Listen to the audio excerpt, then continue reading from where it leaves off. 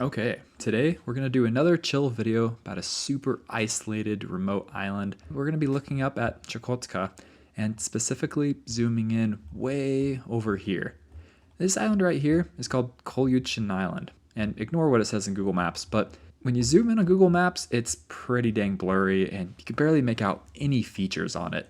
Maybe it looks a little hilly on the north side, but you can't really see much else. And when you zoom in down here to this little village, you can't see it at all. Now, the lore of this tiny island is actually pretty wild. Polar bears that had taken over an old polar station, plus a shipwreck of over 100 Russian people who were stuck around this area. So today we're going to be looking at those two stories as well as whatever else we can find about this place.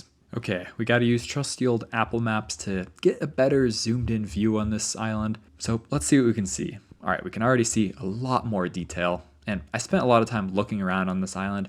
I could find two main structures on this place. On the south side, you can see what appears to be about 3 buildings that are just chilling here. Not much other activity. And then coming up here to the very northwest corner of the island, you can see what appears to be mini buildings and a lot of previous activity there. Possibly some barrels as well. You can see a big shadow here, so possibly a radio tower or antenna of some sort. And the shadows here are pretty extreme, so there's probably pretty big cliffs on this north side of the island, and it looks like it slopes down on the south side. The rest of the island is pretty barren, doesn't look like any trees, just looks like pretty typical tundra, very rocky, some ice packs around the island as well. This island did pop up in the news recently due to some viral videos about polar bears taking over the base. Now this is that base on the north side of the island. And there's a bunch of videos of people with drones coming through here, and you can see the polar bears just hanging out, having a good time, taking over the old structures here, which looks like they haven't been inhabited in many, many years. So good on them for taking over this stuff, but kind of leaves the question of what even are these buildings up here? Are they some old civilization, or is it a polar research base, or something else? So next I wanted to see if there was any nearby villages, and there actually are a few very small villages kind of scattered around here. The closest one by far is this one here called New Teppelman. On Google Maps you can't see it, but here in Apple Maps, if you zoom in on the area, you can see more of the village in a lot more detail. It's pretty small, it's like 130 people. It's pretty much localized into this one rectangle here. Appears to be possibly a helipad over here, and then maybe a schoolhouse in the middle with some ancillary buildings on the outside. So I couldn't find much info on this village here except one pretty long YouTube video of this guy going there and interviewing a lot of the locals. So this is the video I'm referring to. I'm going to link this down in the description, so go show this guy some love. But basically he walks around this place, interviews a lot of the people here, pretty much explores the entire town. This video is all in Russian, but there is some auto translation to kind of understand what's going on. You can see an old helicopter that doesn't have any of the blades on it anymore.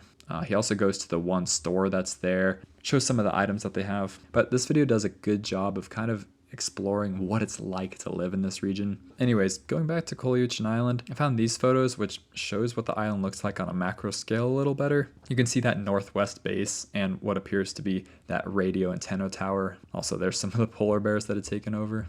And then many of the old fuel barrels that are just chilling, hanging out on the side of the island. Also many animals around this area as well. So this is one of the oldest maps I could find of the region, which included Kolyuchin Island on it. You can see kind of how bare bones the maps were back then, because obviously a lot of this area had not been thoroughly explored, especially the interior of Alaska. Importantly, they did include Kolyuchin Island here, although it's not quite to scale, and a lot of this isn't quite to scale, but they did their best with the info that they had. Okay, let's go back to the history of Kolyuchin Island. When you search it on newspapers, you find a bunch of articles about some planes that are trying to rescue a bunch of people there. They say the first plane of the expedition was down on Kolyuchin Island with broken propeller and with one of its crew injured. The second plane, which set out to aid the other, was turned back by the storm and was forced to land at Teller, 50 miles from Nome. Fun fact, I've actually been to this town, Teller and Nome. I'll show a picture right now. But anyway, the ship that they're referring to that got stuck in the ice there was the Cheluskin. And I'll show this really cool video in just a second. But it set out from Murmansk in 1933, and it wanted to travel across the top part of the Soviet Union, all through here. But this is a very treacherous route, and normally only icebreaker ships could go through here. But they wanted to prove that it was possible without a pure icebreaker ship. And they wanted to make it all the way down here to the southeastern tip of the Soviet Union. However, once fall hit and September of 1933 hit, they started getting stuck in the ice right around here near Kolyuchin Island.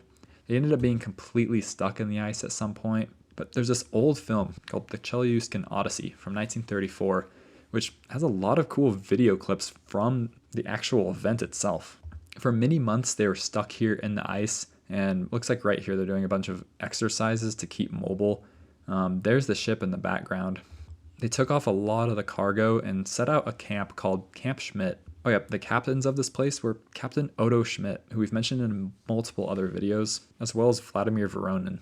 But yeah, they had some Soviet cinematographers on the ship, which made for this super cool film. And during that winter, they made a bunch of tents. This is not on any land. This was just on the ice over the sea that was constantly shifting. So while they had tents and all their supplies there, they had to constantly be moving back on and off of the ship. And luckily, they had one radio guy who was sending out signals for the rescue. Otherwise, probably no one would have came by this area to save them for quite a long time. Eventually, they were discovered, and they made a makeshift airfield so that the planes could come and land and take them out of there.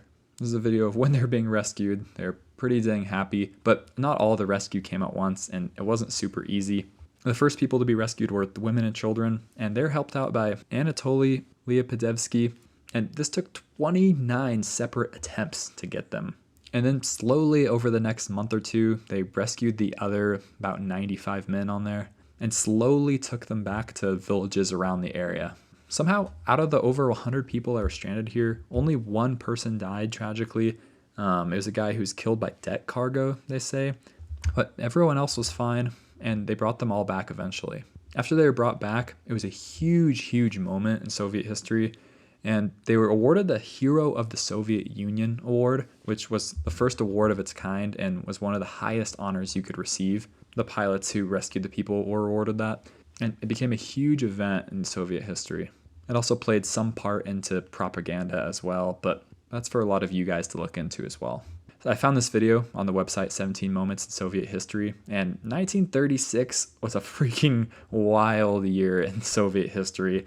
I mean, almost every single one of these is a pretty wild event. So yeah, there's a bunch of pictures on Wikipedia as well of the Chelyuskin. Here's when it sank. This was a few months after being stuck in the ice. These photos are really eerie looking. Here's when it first got stuck in the ice. Here's when they were making the airfield. They constantly were having to redo it because the ice was shifting all the time. Here's when the planes found them and were landing around them to come save them. Here are some of the pilots that came and rescued them.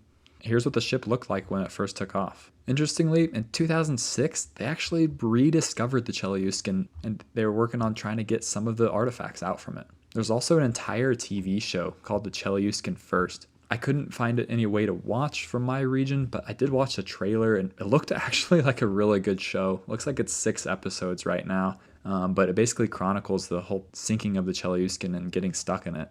Anyways, around that same time, 1934, there was a polar station that was built down here in this cape. But around 9 years later, 1943, they ended up moving the polar station up here to Kolyuchin Island.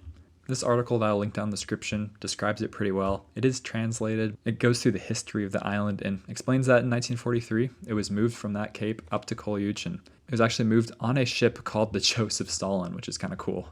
There's not much info on the ship, the Joseph Stalin, but this is what I could find on Wikipedia. And it was eventually renamed in 1956 after de-Stalinization of the USSR. But yeah, starting in 1943, they worked up on that polar station, the one way up here, and they said it was used for hydrometeorological reports starting on July 31st, 1943.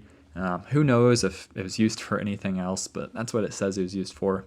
And it pretty much was used for that purpose up until 1989. This guy, Alexei Spaskin, he was the last station director of the place. He had an amateur radio service on the island that seemed to be pretty dang famous at the time. But unfortunately, just a couple years later, February 4th, 1992, just a couple months after the collapse of the Soviet Union, they decommissioned this place and it was left. Which is honestly a very similar story to many of these polar stations, which were on these really isolated Soviet islands way up here. But yeah, from that point forward, 1992 on, they just kind of abandoned this place. And in the past few years, wildlife has taken back over. Here's a very recent video. This was published like 12 days ago, showing the polar bears taking over. It's a really cute video of the polar bears. They're just hanging out and having a good time in there. You can see 4 polar bears just in this frame alone. But glad they found a good home. Hopefully there's no like toxic material in here that's hurting the polar bears, and hopefully it's a good place for them to live. Dang, there's up to 5 in this frame alone right here. But yeah, that's pretty much where the island stands today. It does appear that there are some tourist expeditions that come near the island and look at some of the walruses on this east shore over here, but it's not super well visited or super well known besides the people that live really close to here. But yeah, hopefully you enjoyed this video on Kolyuchin Island. It's a pretty chill video. Don't want to make it too serious, just kind of going through the history and hanging out together. Anyways, thanks everyone for watching. See you guys next time I make a video. Don't know exactly when that'll be, but I do like making videos for you guys, and I will try my best to get some out.